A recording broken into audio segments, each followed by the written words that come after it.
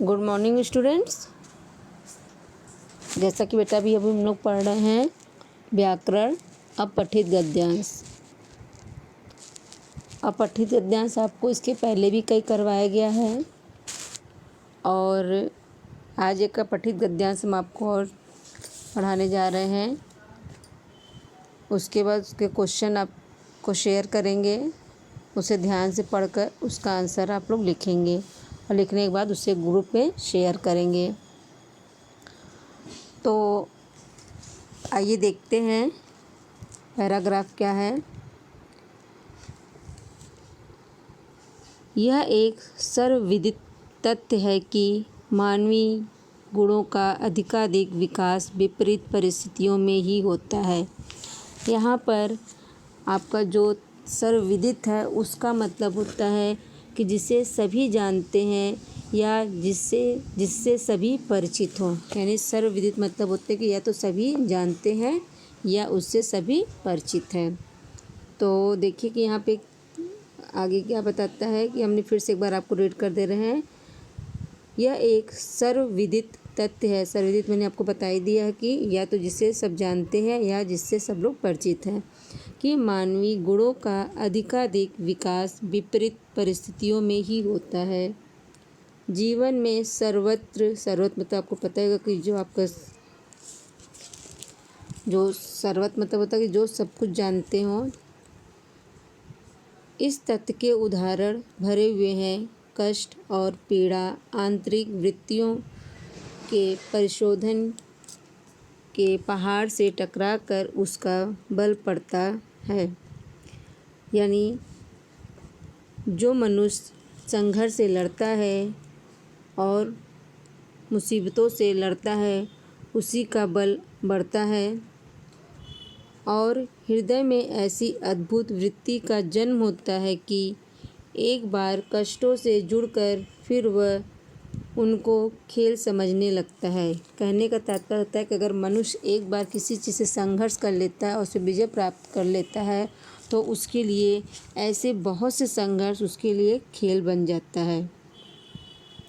उसके हृदय में विपत्तियों को ठोकर मारकर अपना मार्ग बना लेने की वीरता उत्पन्न आ जाती है और जो व्यक्ति संघर्ष से एक बार लड़कर विजय प्राप्त करता है तो उसे अपना मार्ग बनाने के लिए ऐसे छोटे छोटे संघर्ष से वो टक्कर लेता रहता है और ऐसे संघर्ष को लेते लेते उसके अंदर वीरता उत्पन्न हो जाती है। मन की भांति ही शरीर की दृढ़ता शारीरिक श्रम के द्वारा आती है।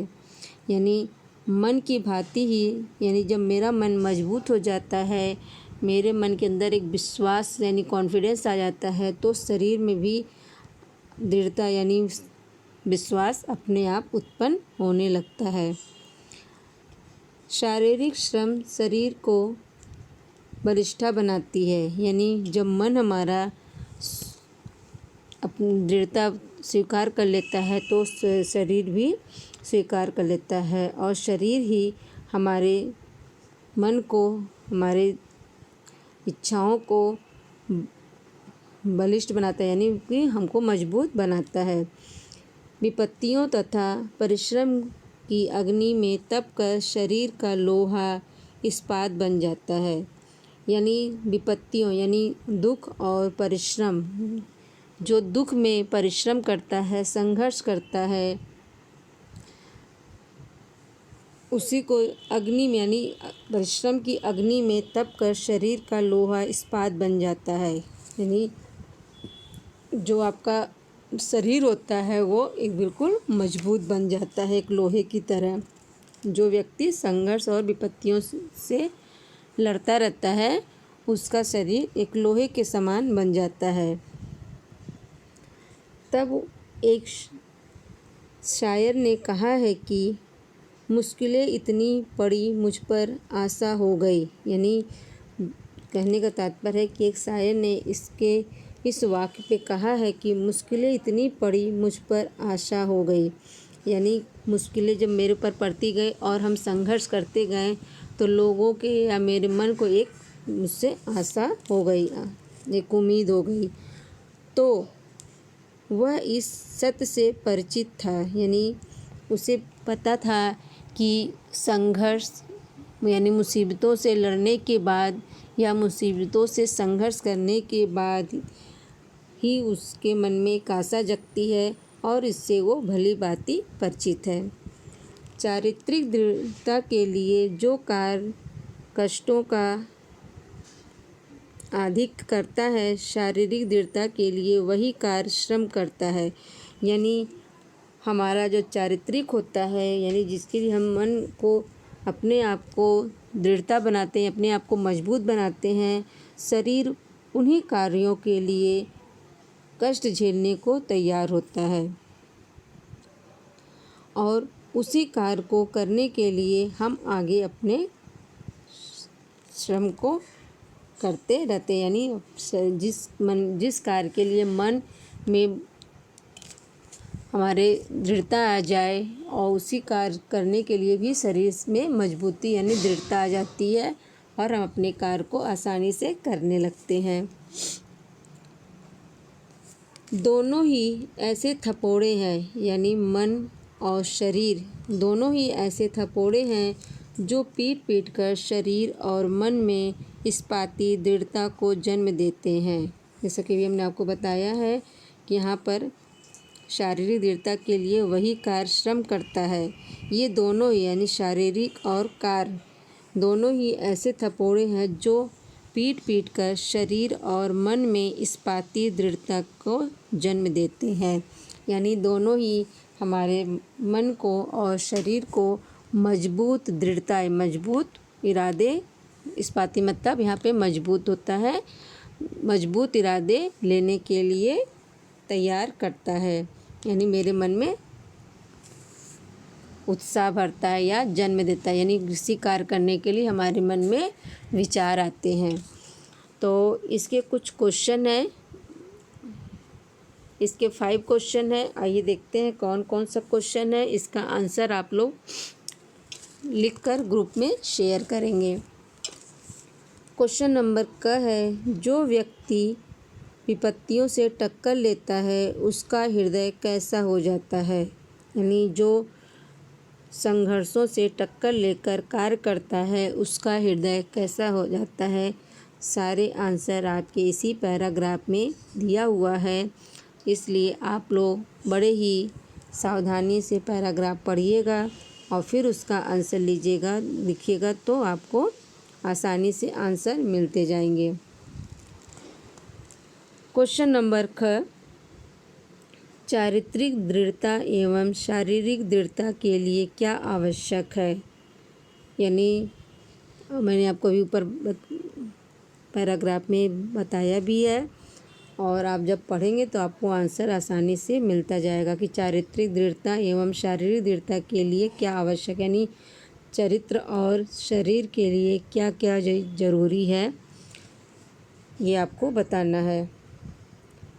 फिर क्वेश्चन नंबर ग, कौन सा तथ्य सर्वविदित है। यानी कौन सा जो तथ्य है सर्वविदित है। जो मैंने आपको पहले लाइन में बताया था कि तथ्य है कि मानवीय गुणों का अधिकाधिक विकास विपरीत परिस्थितियों में ही हो जाता है।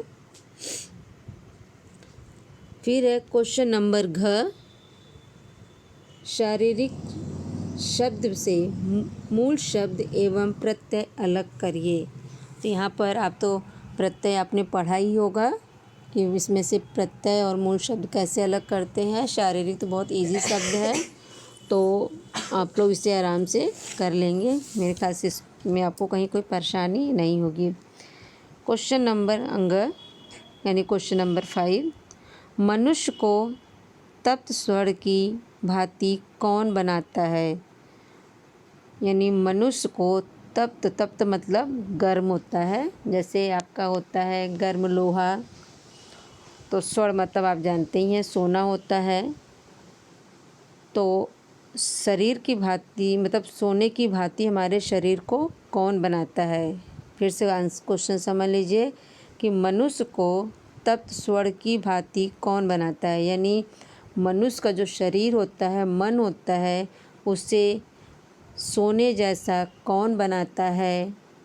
आपको पता ही होगा कि जब सोने को गर्म चीज़ों में रखा जाता है, यानी कोयले, जलता हुआ कोयले में रखा जाता है तो सोना और चमकता है, उस तरह मनुष्य को कौन बनाता है, इसके बारे में आपको लिखना है। तो मेरे ख्याल से आपको पैराग्राफ समझ में आ गया होगा और इसका आंसर भी आपको समझ में आ रहा होगा। और आप लोग आंसर लिख के भी शेयर कर दीजिएगा। पैराग्राफ बहुत ध्यान से पढ़िएगा तो आपको आंसर लिखने में कोई दिक्कत नहीं होगी, और जो क्वेश्चन आपको समझ में नहीं आ रहा है उसे आप छोड़ दीजिएगा। ओके, तो ये वीडियो बेटा हम यहीं पे समाप्त करते हैं।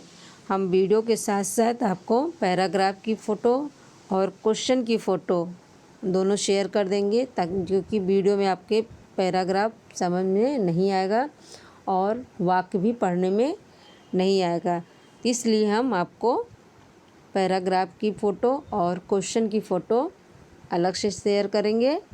तो आप लोग इसे ध्यान से पढ़िएगा और उसके क्वेश्चन का आंसर बहुत ही सोच समझ कर लिखिएगा, तो सारे आंसर आपके राइट होंगे। ओके, तो ये वीडियो बेटा यहीं पे समाप्त करते हैं।